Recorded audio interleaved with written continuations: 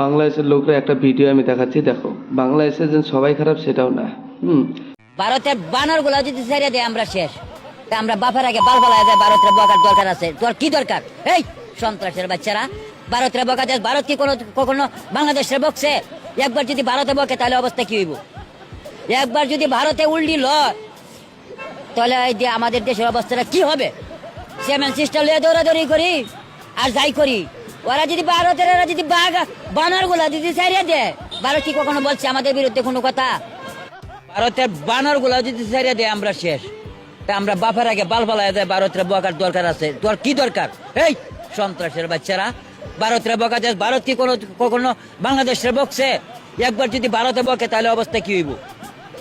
একবার যদি ভারতে উল্টি লয় তাহলে এই যে আমাদের দেশের অবস্থাটা কি হবে?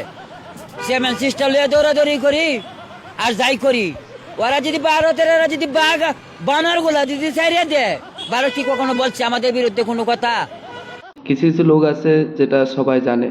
আর বাংলাদেশের রাজনীতিটা চলছে এরকমভাবে যে দু একজনের লাভবান আর কি, ঠিক আছে। আর হচ্ছে 2 নম্বর কথা হচ্ছে ওরা শুধু ওদের নিজের স্বার্থের জন্য গরিব মানুষদেরকে উস্কাই দিচ্ছে, হ্যাঁ। আর আমাদের ভারতবর্ষে বললো না যে বাঁদরগুলা ছাড়লেও ওটা মানে ঠিক রাখতে পারবে না। আমাদের অ্যাকচুয়ালি ঠিক, বাঁদরগুলো যদি চলে যায় না, তোদের বাংলাদেশটা মুইতা ভাসায় দিবে, ঠিক আছে। তোরা তো একদিকে বিজলিও নিচ্ছে আমাদের এখান থেকে, আমরা যদি অন্ধকার করে দিব তোর বাংলাদেশ, না গোটা বাংলাদেশ অন্ধকার করে দিব। আর 2 নম্বর কথা হচ্ছে ওই যে জলে ডুবাবে মারতে পারি, হ্যাঁ।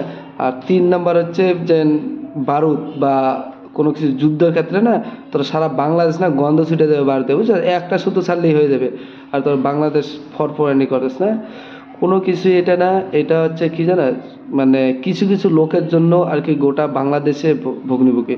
আজকে এই যে হচ্ছে যে আইপিএল থেকে শুধু বাদ দিছে আমাদের মানে মুস্তাফিজুর রহমানকে, তোমাদের মুস্তাফিজুর রহমানকে আইপিএল থেকে বাদ দিছে। এটা কিসের জন্য বাদ দিছে? এটা ভালোর জন্য বাদ দিছে। তোমাদের মুস্তাফিজুর রহমান একটা ভালো একটা ক্রিকেটার, সেই কারণে বাদ দিছে যে না, উনি যদি আসে, যদি কোনো রকম সমস্যা ঘাটতি হয় সেটা। কিন্তু বিশ্বকাপ থেকে তো এটা বলে নাই, আমাদের ভারতবর্ষে একটা লোকও তো বলে নাই যে বিশ্বকাপ যদি খেলতে আসে তাহলে কোনো রকম সমস্যা হবে। বিশ্বকাপ থেকে কোনো রকম সমস্যা হবে না, কারণ আইপিএল থেকে বাদ দিছে সেই কারণে, ঠিক আছে। কারণ আমাদের ভারতবর্ষের টাকা তোমাদের আইপিএলে নিয়ে তোমরা জঙ্গলিবাদী এই সেই এইগুলো আতঙ্কবাদী তৈরি করবা, সেটা হবে না, বুঝতে পারছো, সেই জন্যে। আর এই চাচাটা যেন বললো যে কথাটা একদম রাইট, হ্যাঁ। কারণ একটা কথাই সবসময় বলতে চাই যে গরিব মানুষকে নিয়ে রাজনীতি করছো, কিন্তু গরিব মানুষেরই অসুবিধা হবে, ঠিক আছে। তোমরা তো নিজেদের মানে পুঁজি গুটায় ফেলতেছো, তোমাদের কোনো অভাব নেই, তোমাদের কোনো নেই, তোমরা টাকা আজকে যে বাংলাদেশে একটাই মানে হচ্ছে, কোনো কিছু হলেই গাড়ি যদি একটা যদি মানে লং রুটেও ঢোকে তো বলে আন্দোলন, মানে 30 দিনের মধ্যে তোমাদের আন্দোলন চলে, ম্যাক্সিমাম 28 দিনে আন্দোলন চলে।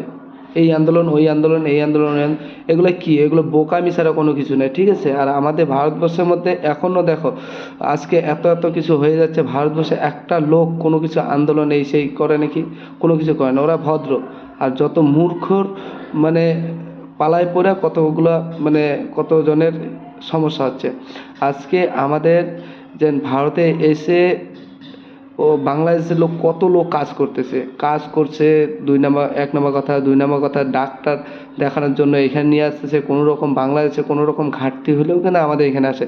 আজকে বাংলাদেশ স্বাধীন হয়েছে কখন বলতো? যখন স্বাধীন হয়েছে তখন আমাদের মানে ভারতেই পাশে দাঁড়িয়ে পাকিস্তানের সাথে মানে ভারত মানে বাংলাদেশকে স্বাধীন করলো। আর এখন ঝালা আর